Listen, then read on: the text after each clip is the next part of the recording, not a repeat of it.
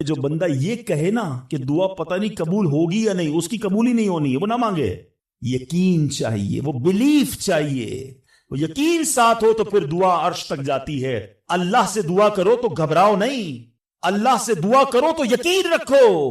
اگر واقعی دل سے دعا ہے تو رب راستے بنائے گا، وہ غیب سے مدد فرمائے گا. مجھے لگتا ہے میرا مسئلہ بڑا ہے، اور پھر میں وہی بات کروں گا کہ جس کی ماں زندہ ہے، خدا کی قسم ماں کی دعائیں لے لو. پوچھو ان سے جن کی ماں چلی گئی. آج جس کی ماں نہیں نا، وہ کس سے دعائیں کروائے، وہ کس سے التجائیں کروائے. سفر پہ ہوتے تھے تو پیچھے کوئی تھا جو مصلی بچھا کر دعا کرتا تھا. ہر تھوڑے دنوں بعد پیغام آتا تھا، بیٹا کدھر پہنچے، بیٹا طبیعت کیسی ہے. ارے ماں سوچو تو صحیح، بیٹے کا کام تھا ماں سے پوچھنا کہ ماں تمہاری طبیعت کیسی ہے. ماں پوچھتی ہے بیٹا تم کیسے ہو. ہم نے راتوں کو اٹھ کر ماں کو جگایا، ماں پیٹ میں درد ہے. کبھی ماں نے ہمیں بتایا کہ میرے پیٹ میں درد ہے. بیٹا اپنی تکلیفیں سہتی رہی، اپنی تکلیفیں سہتی رہی، مگر ہمیں راحتیں پہنچاتی رہی. لے لو دعائیں، یہ دعاؤں کا سائبان ہے. نہ کرو ماں کو تنگ، نہ کرو اسے پریشان. جتنی بھی بڑی پریشانی میں ہو نا، ماں کے قدموں میں بیٹھ جاؤ کہ ماں میرے لیے دعا کر دے. تمہاری ماں نے دعا کر دی نا، یہ عرش تک جاتی. اور ایک اور بات بتا دوں، کچھ دعائیں وہ ہیں جو ہم کہتے ہیں ماں دعا کر دو، ابو دعا کر دی، الگ بات ہے، وہ کرتے ہیں. اتنی خدمت کرو کہ کہنا نہ پڑے. ماں خود دعا کرے یا اللہ میرے بیٹی کی خیر کر دے. ماں والد خود دعا کرے یا اللہ میرے بیٹے کے بگڑے کام بنا دے. پھر دیکھو کیا ہوتا ہے تمہارے ساتھ. اللہ کے حبیب علیہ الصلوۃ والسلام فرماتے ہیں، جس کا مضمون ہے جب کوئی فاسق، فاجر، گناہگار شخص اللہ کی بارگاہ میں دعا کرتا ہے، اللہ فرشتوں سے فرماتا ہے اس کا کام جلدی کر دو. کیوں؟ فرماتا ہے اس کا مانگنا پسند نہیں آ رہا، اس کی آواز اچھی نہیں، جلدی کام کر دو. اور فرمایا جب اللہ کا کوئی نیک بندہ، رب کا محبوب، جب اللہ کی بارگاہ میں دعا کرتا ہے، اللہ فرشتوں سے فرماتا ہے ابھی اس کو نہ دینا، ابھی اس کا کام نہ کرنا، اس کو اور مانگنے دو، مجھے اس کا مانگنا بڑا پسند آ رہا. میں آپ سے پوچھتا ہوں خدا کی قسم، میں جو مانگوں وہ مجھے میرا رب دے دے، یہ اچھا ہے یا زندگی میں ایک دعا میں ایسی کروں کہ اللہ جبریل سے کہے کہ میرے بندے کا کام نہ کرنا، اس کو اور مانگنے دو، اے میرے فرشتوں اور مانگنے دو، مجھے اس کا مانگنا بڑا پسند آ رہا. کاش زندگی میں ایک دعا، مجھے بتاؤ نا، میرا رب یہ کہہ دے کہ میرے بندے کی آواز مجھے پسند ہے، پھر تو میرا کام ہو گیا نا، میرے رب کو میں پسند آ گیا. اس سے بڑی کیا چیز ہے. مگر بد قسمتی ہے اس شخص کے لیے جو اللہ کی بارگاہ میں شکوہ کرتا ہے کہ میرا کام نہیں ہو رہا، میری دعا قبول نہیں ہو رہی. جلدی نہ مچایا کرو، اللہ پر بھروسہ رکھو. اور اب آخری بات سے اور آپ کا کلاؤڈ کلیئر ہو جائے گا. وہ لوگ جو کہتے ہیں پتہ نہیں میرے مسئلے حل کیوں نہیں ہو رہے، میں اللہ کی بارگاہ میں اتنا دعا کرتا ہوں مسئلہ حل نہیں ہوتا. سنو، اب میں آپ کو ایک لاجیکلی مثال دیتا ہوں یا عقلی مثال دیتا ہوں. آپ والد ہیں، آپ میں سے بہت سارے والد ہوں گے، کئی بڑے بھائی ہوں گے، آپ نے بچے پالے ہیں یا کئی ابھی بھی بچے والے ہیں. میں آپ سے سوال کرتا ہوں، آپ کا چھوٹا بیٹا ہو، اسمال چائلڈ، بیمار ہو جائے، گلا خراب، فلو، شدید کھانسی. اب وہ بچہ آپ سے ضد کرے کہ ابو جان میں نے آئس کریم کھانی ہے، میں نے ٹھنڈا شربت پینا ہے، کھانسی بھی ہو رہی ہے، بتائیے آپ پلائیں گے اس کو؟ جواب دیجئے. سب منع کر رہے ہیں، نہیں پلائیں گے نا. اچھا اب وہ بچہ رونا شروع کر دے، آپ کے بالکل سامنے بیٹھے چیخے مار رہا ہے، رو رہا ہے، آپ کا ایک دوست بھی ساتھ بیٹھا ہے، وہ ابھی آیا، دیکھا بچہ رو رہا ہے آئس کریم کے لیے، باپ کہہ رہا نہیں کھلاؤں گا. اب دوست کیا کہے گا؟ یار کیسے والد ہو، بچہ رو رہا ہے کھلا دو نا آئس کریم. اس کو پتہ نہیں ساری بات. تو آپ اس کو کیا رپلائی دیں گے؟ آپ کہیں گے میں والد ہوں، مجھے پتا ہے بچے کو کب کیا دینا ہے، ابھی آئس کریم کھلا دوں گا تو گلا خراب ہو جائے گا، یہ اور بیمار ہو جائے گا. اس کو آئس کریم دینا اس سے محبت نہیں ہے، دشمنی ہے. ایسا ہی ہے. ذرا بات میرے ساتھ رہیے گا. اب بڑی دل پر ہاتھ رکھ کر میری بات سننا. تم والد ہو، تمہیں پتا ہے بچے کو کب کیا دینا ہے، میرے خالق کو نہیں پتا مجھے کب کیا دینا ہے. میں مانگ رہا ہوں یا اللہ روزی میں برکت دے، وہ نہیں دے رہا. میں مانگ رہا ہوں یا اللہ اولاد دے، وہ نہیں دے رہا. میں گر گڑا رہا ہوں یا اللہ کرائے کے مکان میں ہوں، اپنا مکان دے دے، وہ نہیں دے رہا. اے مولا میں فلاں ملک میں جانا چاہتا ہوں، ویزے لگانا چاہتا ہوں، نہیں مل رہے ویزا. ارے کیوں یقین نہیں رکھتے؟ جتنے ادھر بیٹھے ہو میں آپ سے پوچھتا ہوں، کون ہے جو یہ کہتا ہے میری ماں مجھ سے محبت نہیں کرتی؟ ارے ماں تو وہ ہستی ہے جو اپنے سکھ قربان کر کے ہمیں سخی کرتی ہے، اور ساری رات ہمارے لیے جاگنے والی ہماری ماں ہے. تو جو ماں تکلیف نہیں دے سکتی وہ ماؤں سے زیادہ پیار کرنے والا کیسے ہماری دعا قبول نہیں کرے گا؟ یہ یقین رکھ لو، اگر میں مانگ رہا ہوں وہ نہیں دے رہا تو وہی میرے لیے بہتر ہے. میرا کام نہیں ہو رہا نا، وہی میرے لیے بہتر ہے. جو اولاد کے تمنائی ہیں، نہیں مل رہی اولاد، یقین کر لو کہ میرے لیے اولاد بہتر نہیں. پوچھو ان ماں باپ سے جن کے بچے مار کر انہیں گھر سے نکال دیتے ہیں. وہ کہتے کاش بچہ پیدا ہی نہ ہوتا، بیٹے نے مارا ہے مجھے، بیٹے نے گھر سے نکال دیا. ایسی اولاد نہیں دنیا میں. ان ماں باپ سے پوچھو، کیا پتا آپ کے مقدر میں ویسی ہی اولاد ہو. اور اللہ فرما رہا ہے، اللہ کریم ہے، ہمارے بارے میں اچھا فیصلہ کیا کہ ہمیں اولاد سے محروم رکھا. اے میرے بندو، جب تمہیں ماں باپ پر یقین ہے کہ وہ برا فیصلہ نہیں کرتے تو اپنے خالق پر یقین کر لو. اب اگر یہ سوچ لو گے نا تو آپ کی لائف بڑی پرسکون ہو جائے گی. اب آپ ٹینشن میں نہیں رہیں گے، دعا کریں گے، کام ہو گیا تو بھی اللہ کا شکر، نہیں ہوا تو بھی اللہ کا شکر ہے. میرے لیے بہتر تھا نا، اللہ نے اس لیے نہیں کیا. یقین کر لو اپنے مالک پر. ایک بار میں افریقہ میں تھا، تنزانیہ میں. ایک بہت بڑے بزنس مین تھے، انہوں نے کہا میرا بہت بڑا ان کا کاروبار تھا. 7,000 گھر انہوں نے بنائے تھے، پورا سٹی بنایا. بڑی محبت کرتے ہیں دعوت اسلامی سے. مجھے کہا تنزانیہ آئے، اب ہمارے ساتھ چلیں اور ہمارے اس پورے شہر کے اندر دعا کر دیں. میں نے کہا چلیں چلتے ہیں. میں ان کے ساتھ بیٹھ گیا ان کی گاڑی میں. سنیے گا ذرا، میں اس بزنس مین سے ایک بات سیکھا ہوں اور میں بھولتا نہیں ہوں بات. تقریباً جب بھی میں نے یہ بیان کیا مجھے واقعہ خود ہی یاد آ جاتا ہے.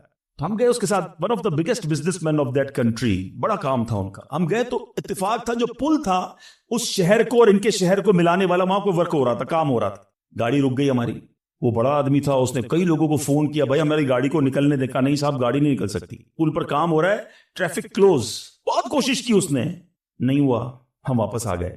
جب ہم واپس آئے تو مجھے لگا کہ یار اس کو بیچارے کو دل چھوٹا ہو جاتا ہے نا انسان کا. بڑی محبت سے لے کر گیا اور لے ہی نہیں جا سکا. تو میں نے کہا آپ گھبرائیں نہیں، اس میں کوئی خیر ہوگی، اللہ خیر کرے گا. میں ان کو تسلی دے رہا ہوں. یار اس بندے نے جو جملہ کہا نا، وہ کہتا ہے بھائی میری زندگی کا ایک دستور ہے، جب میرا کام ہو جاتا ہے نا تو میں ایک بار اللہ کا شکر ادا کرتا ہوں، نہیں ہوتا تو 2 بار اللہ کا شکر ادا کرتا ہوں. میں شاکڈ ہو گیا. میں نے کہا آپ نے کیا کہا، دوبارہ کہیے. وہ بزنس مین ہے، مولوی، کوئی عالم دین نہیں تھے، لیکن مجھے سکھا گیا وہ بندہ. میں نے کہا دوبارہ کہیے. وہ کہتا جب میرا کام ہو جاتا ہے نا میں 1 بار اللہ کا شکر ادا کرتا ہوں، جب نہیں ہوتا تو میں 2 بار اللہ کا شکر ادا کرتا ہوں. میں نے کہا یہ کیوں؟ کہتے نہیں کس نے کیا، کام نہیں ہوا تو کس کی مرضی سے ہوا، ہم دونوں کا جانا وہ ٹھیک ہی نہیں تھا. جب ہی روڈ بند ہو گیا، اللہ نے جو کیا میرے مالک نے بہتر کیا. میں نے کہا یار آپ کمال کی شخصیت ہو. میں اتنا خوش ہوا اس بندے سے. یہ فارمولا یاد کر لو، لائف پرسکون ہو جائے گی. جو مانگو مل جائے یا اللہ تیری مہربانی، جو نہ ملا یا اللہ پھر بھی تیری مہربانی. تو میرے ماں سے زیادہ مجھے چاہنے والا ہے، بہتر تھا جبھی تو نہیں دیا. اچھا اب دعا کے کچھ آداب بھی سن لیں. دعا قبول نہ ہونے کا ایک سبب حرام روزی بھی ہے.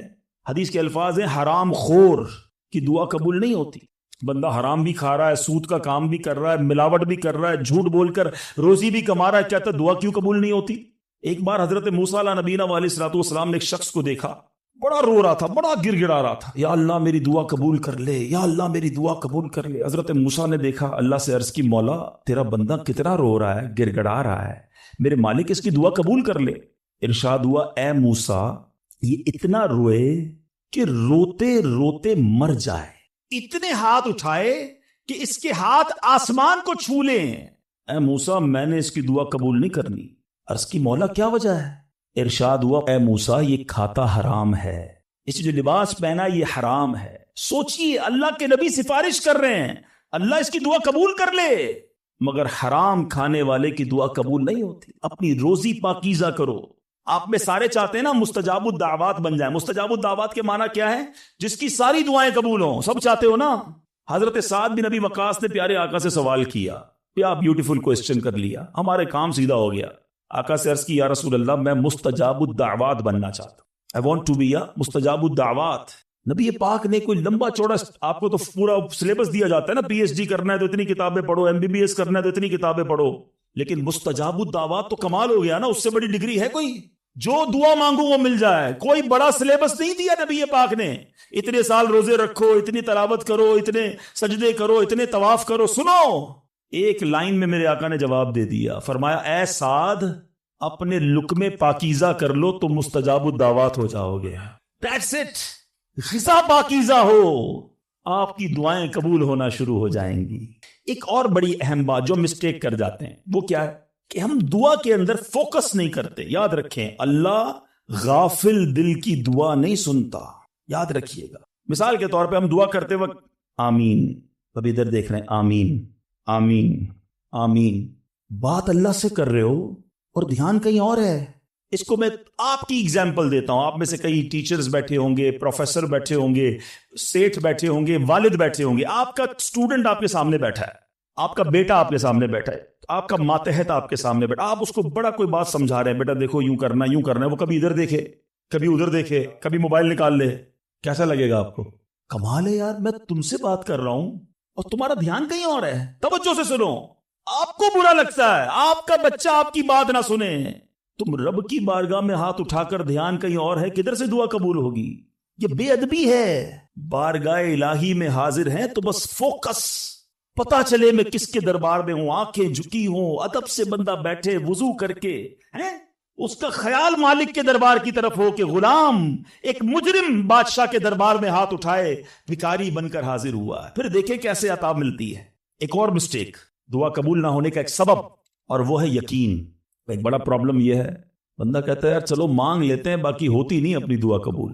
ایک واقعہ مجھے یاد آیا. ایک بار ایک گاؤں میں بارش نہیں ہو رہی تھی, بڑا زبردست قحط. گاؤں والوں نے طے کیا چلو مل کر ذرا دعا کرتے ہیں, نماز استسقاء وغیرہ پڑھتے ہیں. گاؤں کے سارے لوگ جمع ہوئے, ہزاروں کا مجمع. کئی سالوں سے اس گاؤں میں بارش ہی نہیں ہوئی, پتے پتے کو بوند بوند کو لوگ ترس رہے. قحط. ایک نوجوان ایک ینگسٹر آیا, ہاتھ میں اس کی چھتری ہے.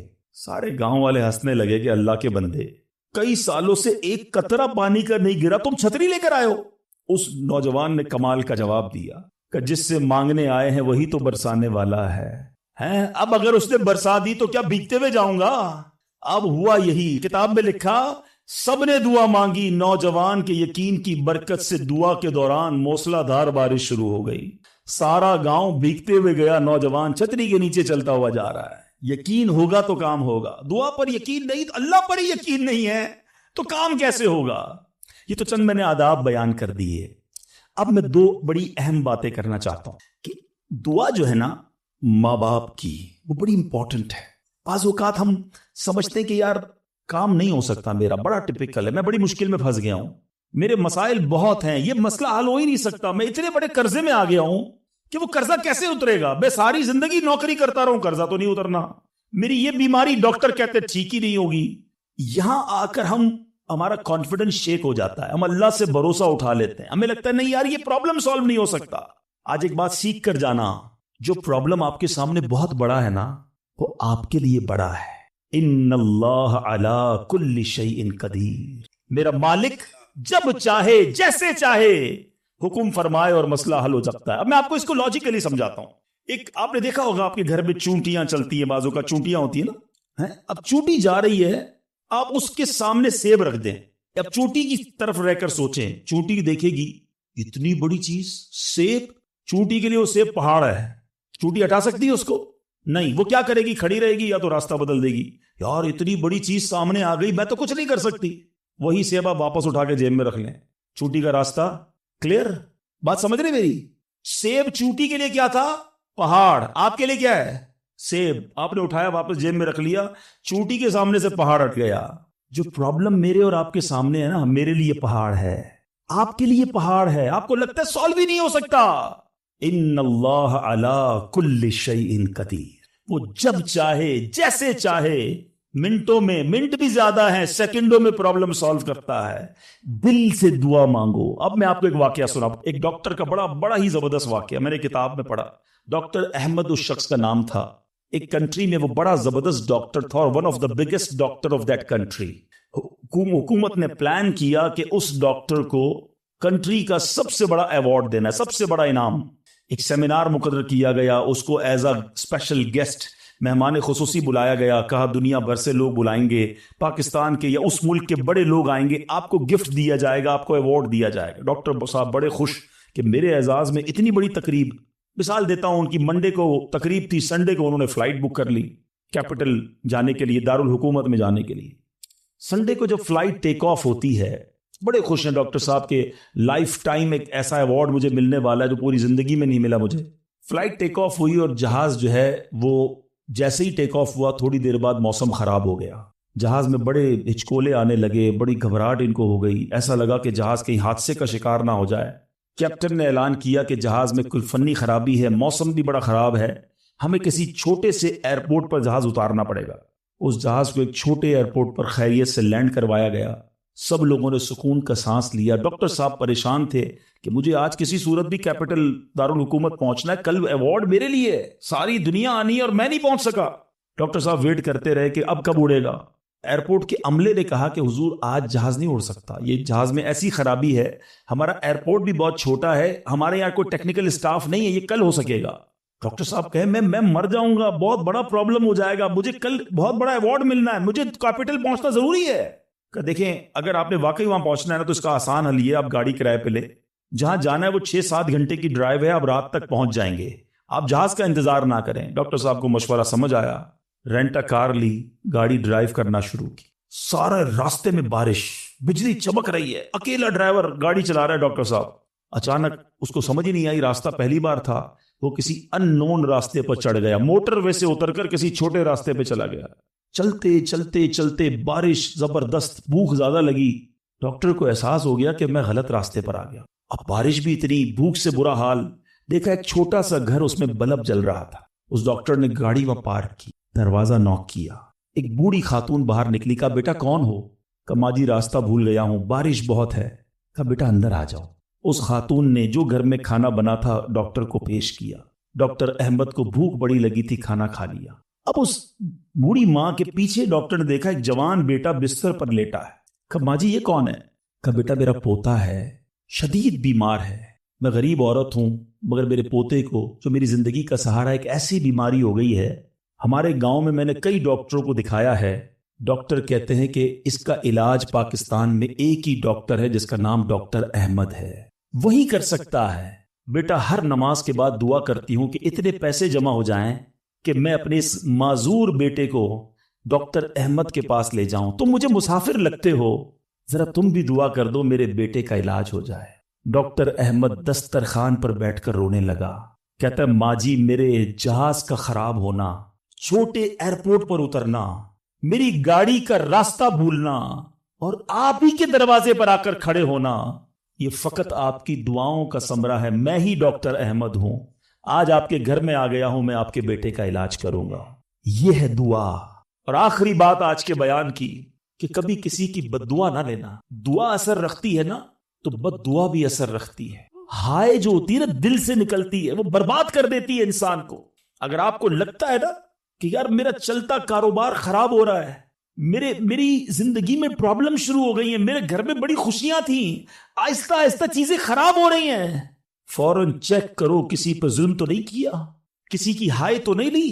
ایک بار میں نے ایک واقعہ, اسی کتاب میں یہ واقعہ بھی پڑھا کہ ایک مچھیرا تھا اور ایک پولیس والا کوتوال اس مچھلی بازار میں گیا اور اس نے دیکھا بڑی تازہ مچھلی مچھیرا بیچ رہا ہے. کہا کتنے کی ہے دکھاؤ ذرا. اس نے کہا صاحب اتنے 100 روپے کی ہے. کہا کبھی ہم نے کسی کو پیسے دیے؟ مچھلی چھینی اور چلا گیا. وہ غریب مچھیرا بڑی چیخیں ماری کہ بھائی میری روزی ہے, میں نے آج بچوں کے لیے کھانا لے کر جانا ہے, مگر اس پولیس والے نے نہیں سننا تھا. وہ اس مچھلی کو لے کر چلا گیا. مچھلی اتنی فریش تھی کہ وہ پھڑک رہی تھی. اسی پھڑکنے کے دوران اس مچھلی نے اس پولیس والے کے انگوٹھے پہ کاٹ لیا. نارمل سا تھا معاملہ تھا. گھر آیا, بیوی کو کہا مچھلی پکاؤ, فریش فش لایا ہوں. مگر تھوڑی دیر بعد انگوٹھے میں درد شروع ہو گیا. اور آپ جانتے ہیں انفیکشن کس کو کہتے ہیں, چیزوں کا خراب ہونا کس کو کہتے ہیں. اس کے انگوٹھے میں شدید پین شروع ہو گیا, بہت درد. کھانا بعد میں کھاؤں گا, پہلے دوست ڈاکٹر ہے اس کے پاس جاتا ہوں. اس کے پاس گیا, کہا ڈاکٹر صاحب دیکھیں یہ انگوٹھے میں کیا ہو گیا ہے, بہت لال ہو گیا, بہت درد ہو رہا ہے. کہا اس میں زہر پھیل گیا ہے, ابھی ڈیسائیڈ کرو ورنہ یہ انگوٹھا نہیں کاٹو گے تو ہاتھ کاٹنا پڑے گا. کہا اچھا ہاں. انگوٹھا کٹوایا, گھر آیا, بڑا افسردہ کہ انگوٹھا ہی کٹ گیا. ابھی دسترخوان پر بیٹھا تو ہتھیلی میں درد شروع ہو گیا, ہتھیلی لال ہونا شروع ہو گئی, بڑی بڑی تکلیف. پھر گیا ڈاکٹر کے پاس کہ ڈاکٹر صاحب آپ نے کہا تھا انگوٹھا کٹوا دو, ہتھیلی بچ جائے گی, ہتھیلی بھی لال ہو گئی. کہ بیٹا اس میں بھی انفیکشن ہو گیا ہے, فوری فیصلہ کرو, میری عقل کام نہیں کر رہی, ورنہ ایسا نہ ہو تمہارا پورا بازو کاٹنا پڑے. مرتا کیا نہ کرتا, ہتھیلی کٹوائی. پھر گھر آیا, پٹی بندی ہوئی ہاتھ پہ, آنکھوں میں آنسو ہیں.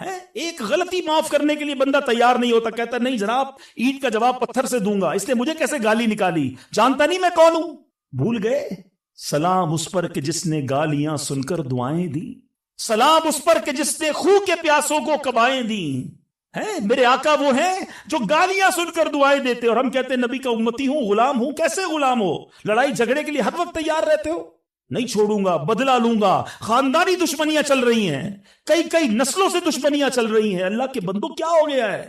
ہم اس نبی کے امتی ہیں کہ جنہوں نے قاتلانہ حملہ کیا, اللہ کے حبیب نے انہیں بھی معاف فرما دیا, اور ہم معاف کرنے کے لیے تیار نہیں ہیں. ایک آخری روایت سن لو, کاش دل میں اتر جائے میری بات. اللہ کے حبیب علیہ الصلوۃ والسلام فرماتے جس کا مضمون ہے جو معاف نہیں کرتا اسے معاف نہیں کیا جائے گا, اور جو رحم نہیں کرتا اس پر بھی رحم نہیں کیا جائے. مرضی ہے آپ کی, نہ کریں معاف, کریں دشمنیاں, قیامت کے دن تیار رہنا, پھر ہمیں بھی معاف نہیں کیا جائے گا. بندوں کو معاف کرو, درگزر کرو, اور اللہ سے دعا کرو یا اللہ میں بندہ ہوں, میں نے تیری رضا کے لیے بندے معاف کر دیے, تو خالق ہے, تو مجھے معاف فرما. شب قدر کی دعا یاد ہے, اللہم انک عفو کریم تحب العفو فاعف عنی. مانا تو سمجھو کیا پیاری دعا ہے, اللہ تو کریم ہے, تو معاف کرنے والا ہے, معافی کو پسند کرتا ہے, مجھے بھی معاف کر دے. اللہ کو عرض کر رہے, اللہ تو معافی کو پسند کرتا ہے, خود معافی دینے کے لیے تیار نہیں ہے, نہ ملازم کو, نہ بیوی کو, نہ ساس کو, نہ بہو کو. لڑائی جھگڑے لگے ہوئے سب کے. آج ایک نیت کر لو اے مسلمانوں, آقا کے غلاموں, آج تک مجھے کسی نے بھی ستایا, دل دکھایا, میں نے اس کو معاف کیا. کہہ دو میں نے معاف کیا, دشمنیاں ختم. آگے بڑھ کر خود معافی مانگ لو. آپ کو لگے گا یار غلطی تو اس نے کی تھی, میں کیوں معافی مانگوں, وہ معافی مانگے. یہی تو پرابلم ہے. دو دوست, دو رشتہ دار, دو بھائی 5-5 10-10 سال سے ایک دوسرے سے بات نہیں کر رہے, کس وجہ سے؟ وہ معافی مانگے.